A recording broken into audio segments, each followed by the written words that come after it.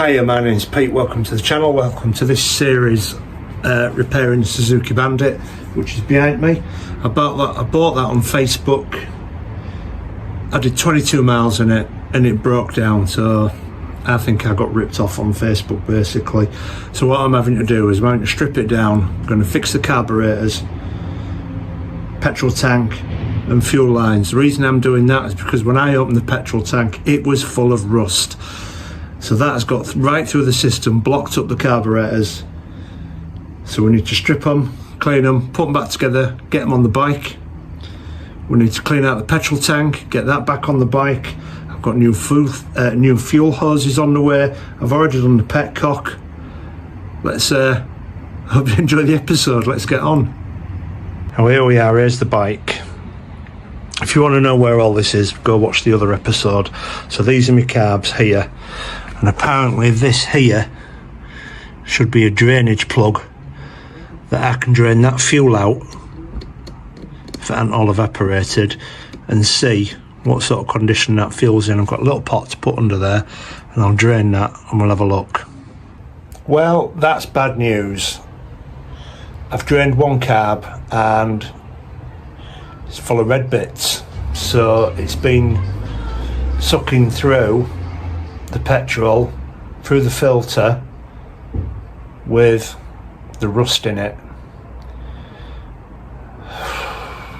So I've got to pull the carbs, I've got to take them off. Now I'm going into a territory where I'm really don't know what I'm doing. I'm going to label things up as I take them off, and I'm going to have to go buy some tools to do this. So let me try and get these carbs off. So that's the petrol, you can probably see in there red bits at the bottom. That's just out one carb. I'm going to drain the rest and we'll see what they look like. Now with the carburetor needed to come out, that's upset me. I'm looking at what's attached to where and I'm labelling it up, and I'm going to take photographs of it so that I remember where everything goes, because this is going to be off for a week I suspect and I won't remember, so therefore I need to label everything up and take lots of photographs. Now this is where I'm at so far. I know the airbox needs to come out to get to the chokes to make them free, so I need to find out how that comes out. There's my air filter hose, there's choke which goes down here through to there. Watch that move. Hopefully you can see that, that's the choke. Now there's two cables here that go to the throttle, so I've labelled it near side and off side, so that's 1, 2, 3 cables going in there. That looks like it from the top. I do know I need to remove the choke before I take the carbs off, and I've got all the boots to undo, so I'll wash those. I might need to replace those, I don't know. And underneath I think these are heater electrodes, so I need to pop a label on them before I remove those, and then try and get this air filter out the way and pull it back. So I think it's just a bit of brute force and ignorance. So after looking and studying to get the airbox back, I need to undo these Jubilee clips here. There'll be 4 of them all along. Then to get the carbs out, I'm going to need to undo these Jubilee clips, and there's 4 of them, and I need to undo them all the way along. And then hopefully I'll be able to wiggle that airbox back into this space here, and then the carbs should sort of lift out in this direction. So just for my memory, as much as showing you, is I've got that one undone and that one there undone, and this is pretty loose now at this side, so there should be another 2 from that direction. So this side we'll take the panel off, already done at that side. We'll undo the Jubilee clips here, that'll allow the airbox to slide back. While I'm at this side, I'll undo the Jubilee clips here. Be 4 of those. I'll get 2 at this side, and then we'll go back on the other side and do them 2. So that's them 4 Jubilee clips done on these boots here. That means the airbox should be able to pull back out of the way. I'll see if I can do this one-handed to show you. Yeah. No, that feels a bit. Yeah, there it goes. And this side, yeah, that's gonna go. I'll turn it off. I'll do that. No, it's all learning as I go along. There's a, I don't know what you call them, a clip of some description there that goes into this part here that just pulls away, which should then allow me to get to that screw there, and then this will slide back and we'll be free. That works. I've just popped it in here for now so I don't lose it. I need to get one for that side. So that is now back, comes all the way, look, which now frees off all them boots. So next is to undo all this side and hopefully lift them out. So my head torch is much more useful than for just camping. You can see down in there, see what I'm doing. Let's have a look. So that's the airbox free. You can see in there, I hope, that we're free in this gap. There, you can see that, look. And down at this side, all these are loose. Now I need to disconnect these cables, and then we should be free. So I'm now looking at inside here. This is really just so that I can remember stuff. This is the pull throttle. So when I turn it, I'm shadowing it, it pulls. So that must be pull. So I need to undo these 2 and that. But first I just need to get them off these boots so that I have a bit of room to move with those. Well, they came away easy. So now I can lift it up slightly, like this. And that should give me some play on these cables. I need to tuck this one up out the way.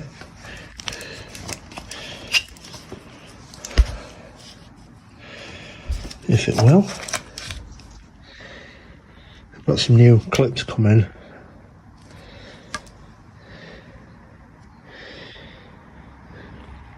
I just hope I can remember where everything goes back on. Alright, let's try and get these out. I understand they are difficult, so next time you say mate, I'll tell you how long that took. So I've got the choke cable off. I had to undo that there. Took that off, and that gave me a bit of play to get it off from there. They are like brake cables on bicycles where they've got that little lead end and the cable going in, and it sort of loops around and braces in. I undid that because I didn't want to damage the cable. Next is the throttle pull, and this is throttle return. This one's easy to get off, I believe, but I need to adjust that there. So I'm going to do that. So I've got some as a reference, and hopefully I can get that back onto the throttle behaves itself, and then also the one behind it here. That one's the difficult one, the second one I just pointed out, and I believe some people have said that can take a number of hours to get off. I'll just persevere with it. I'm a patient man. I'll get that one done. So that might look like I've got them out. All I've really done is got them out the frame because I can't get that. I can't get that off there because of this screw. Look at that. I don't know if you can see that. It's just not getting any clearance for this. I need to find out which way it moves. must move up, so I might end up having to just pop that back in. I don't want to damage any of these. Oh, there we go, look, it'll come out this side. Done. So move that aside, and now I need to get the difficult one out. So that one again took minutes. So literally only a few minutes have passed for this return throttle. But if I look in there, you can see that hopefully.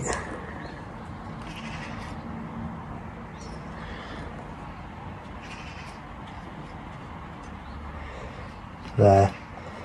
I can move that and that'll give me some play, and I just need a pick. I can get that quite easily, I think. Famous last words. I'll tell you how long that takes. So I've tried for a couple of minutes, no longer, to try and get that off, but if I take this fuel pipe off here, that's going to give me a lot more space and a bit more clearance to get to it. So I've got that fuel hose off. We can now see where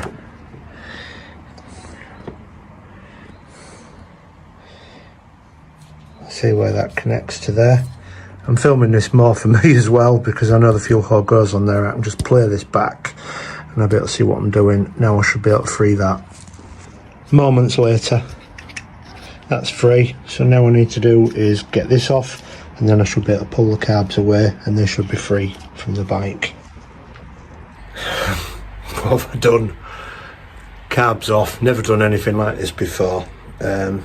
I need to drain the petrol out of it, got it in a bucket down here, and I'm trying to notice everything about this, and I have noticed something.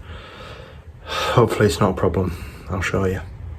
So I've put it in this bucket so that you can see everything that comes out the carbs, just full of shit. Now, to drain them, tipped it upside down a bit, and these screws here are meant to be flush. That one I've undone because I've drained it, but then I've come over here. What the far out is going on with these two? They're not even in. I never felt the exhausts when the bike was running. Does this mean it's running on 2 cylinders? There's only one way to find out. It's to get this thing repaired. Back on the bike. Start it up. Hopefully these aren't too much of a problem, but I'll only know once I start doing them. So here we are, ready to strip down. 1, 2, 3, 4 carbs. I'm going to have the top facing away from me. I'm going to mark this as carb 1, carb 2, carb 3, carb 4. I'm going to strip them down one at a time. I've got 4 pots,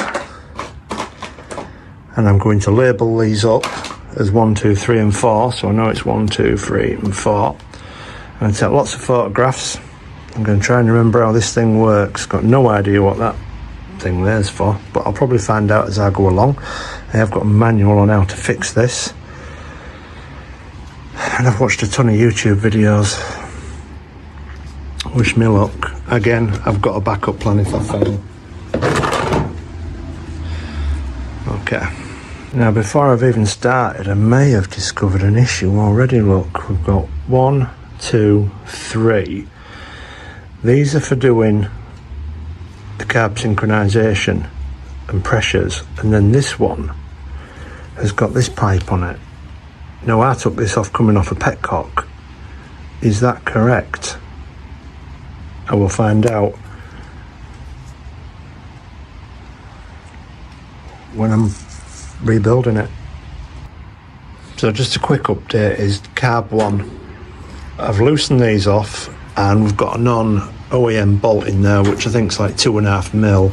I don't have an Allen key for that, so I'm going to have to go out and get one. So I've moved on to bolt carb 2.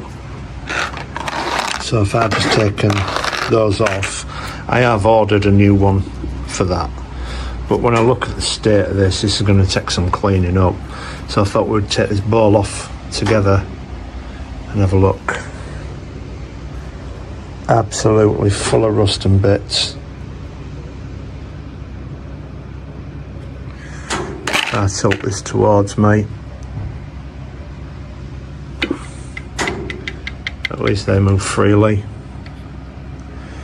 So we'll take that part next. So there we go, one carburetor stripped down. I mean, it does look filthy, so I've got some carb cleaner. I'm going to clean that. I'll clean all this down. I've got to be careful with that diaphragm, but ultimately if I break it I'll just get a new one, but I don't want to. So I'll clean everything down after I've stripped the others. 1, 2's done. I've been to shop and I've got something to strip that one down. 2, which is done. 3, there. Then we've got cab 2. Alright. I've managed to take the carburetor apart. The jets are just blocked in it. So I've got some carb cleaner. I've got some carb files on the way as well, just to poke them through and clean them out, and then we'll be able to put it back together once it's clean. Now,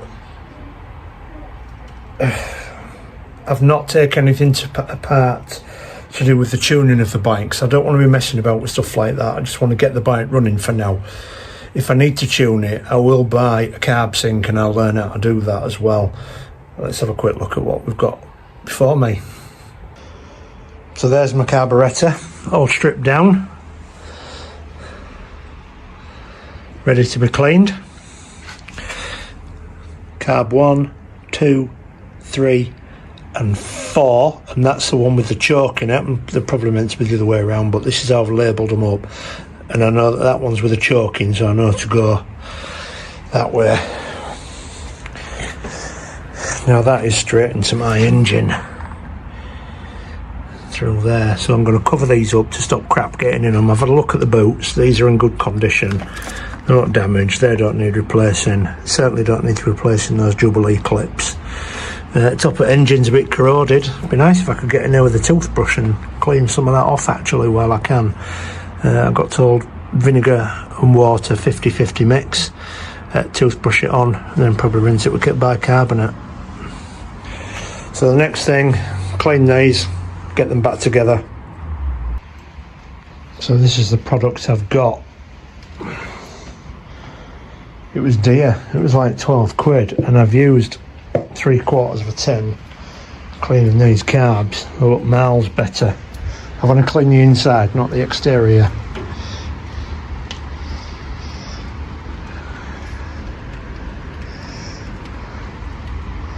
Now they look miles better. And there's that side there. So I'm confident that that part is clean. Next, I'm going to clean these, but not today, because I've done enough. I need to have a break and I need to have something to eat, and I'm also waiting on replacement parts, seals for these. So that's where we'll pick up cleaning those off, putting it back together. Right, it's a new day. I've had my haircut. I'm going to finish up building the carbs, try and get back on the bike, which is down there. Yeah, let's get on. So I've got these special files to clean out the carburetors and the jets. I need to do that without damaging them, because I must use the OEM ones that came with the carb, otherwise the carb will never work properly again. This is what I've been told by a number of people who have these kind of bikes. They're down there, get ready to go. Carburetor, I'm going to do a bit of cleaning over there. So here we are, all separated into our pots, carb 1, 2, 3 and 4. And then we've got our carb cleaning equipment up here, and we know the jets on these are absolutely blocked. They're in there somewhere. There's one. I don't know if this one's blocked. Where is it? Never find them when you want them, can you? This is a small one. It is in there, but they are blocked, so I need to get them out, make sure I can see daylight through them. So now I've got all these cleaned. They're absolutely filthy. and I'm not kidding how bad they were. We've got 4, 3, 2, 1. Time to get these back on here. I'm just waiting for some new seals to be delivered. They'll be here this afternoon. We'll crack on, get that done, and then we'll get that back on the bike. One job done. Next, petrol tank. So the carbs are there. I'm waiting for some parts for those before I can reassemble those. Next, we've got the fuel tank. Oops. If I look, show you underneath and see where rust has fallen out on that. Down there, through this little hole here. I don't have a drill to make a plate for this, but I've seen people do this with like duct tape. So I'm going to tape over this with duct tape. I'm going to make it watertight. That one there, I hope doesn't piss out. It might do. If it does, I'll have to clamp it off. That's that there. So for the moment though, I'm going to fill it with junk.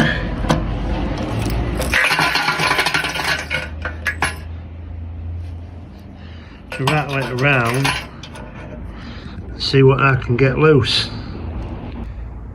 I'm going to wrap up for the time being. Carbs are out. I've not got them back in yet. I was hoping to do that on this episode. The parts haven't arrived. They're ready to go. Cleaned, sorted. Tank. I'm going to clean that out next. I've got some nails next to it. But to see that, to see what comes out, you're going to have to watch the next episode. I'm going to put some vinegar in there now, and I'll explain why, and I'll go through all that in the next episode, and I'll see you then.